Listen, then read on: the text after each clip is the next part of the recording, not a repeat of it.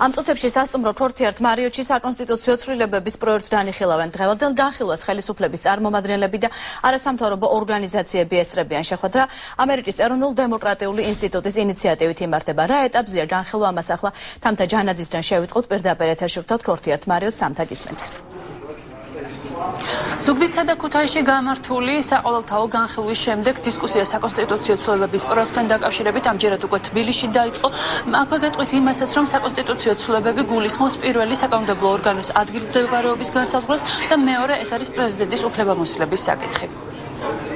ეს არის ორი ცვლილება, ერთი პარლამენტის ადგილსამყოფელის განსაზღვრელი ნორმის ამოღება კონსტიტუციიდან, ხოლო მეორე ეხება პრეზიდენტის იმ უფლების შეზღუდვას, რომელიც მას შესაძლებლობას აძლევს ნებისმიერ დროს გადააყენოს პრემიერ-მინისტრი, მთავრობა და დანიშნოს ისეთი მთავრობა, რომელსაც არ ექნება პარლამენტის, ანუ ხალხის ნდობა. ეს არის გარკვეულწილად უკან დაბრუნების პროექტები. ჩვენ საზოგადოებას ვთავაზობდით ქვეყნის პოლიტიკურ, ეკონომიკურ და სოციალურ მობილობის განვითარების პროექტს. პარლამენტი ქუთაისში ეს არის განვითარების პროექტი. რაც შეიძლება მეორე ცვლილებებს, ჩვენ ვხედავთ, რომ ქართული ოცნება მას მერე რაც იგი არის უმრავლესობაში, მას აქვს ხელისუფლება, ის მუდმივად ცდილობს გააფართო და სხვა ხელისუფლების შტოებიც დაიქვემდებაროს.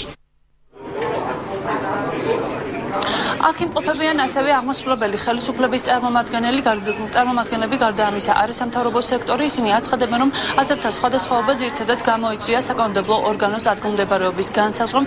გარდა ამისა, აქვე გეტყვით იმასაც, რომ კომენტარი გააკეთა უმრავლესობის ერთ-ერთმა ლიდერმა ვახტანგ ხმალაძემ პრეზიდენტის ირიბი არჩევის წესთან დაკავშირებით და აღნიშნა, რომ მედიის მიერ გავრცელებული ინფორმაცია სიმართლეს არ შეესაბამება და საკონსტიტუციო ცვლილებები ამ მიმართულებით არ იგეგმება.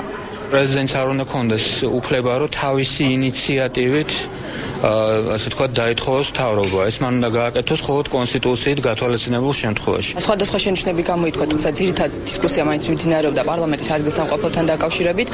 პარლამენტის დათხოვნის თემა და მთავრობის საკმაოდ რთულ სამართლებრივ საკითხს წარმოადგენს და ალბათ ამიტომ დისკუსიები ნაკლებად იმართება. თუმცა ვფიქრობ, რომ დღეს ალბათ თბილისში გამართულ განხილვებში უფრო მეტად გამოიკვეთება საზოგადოების პოზიციები ამ საკითხებთან დაკავშირებით.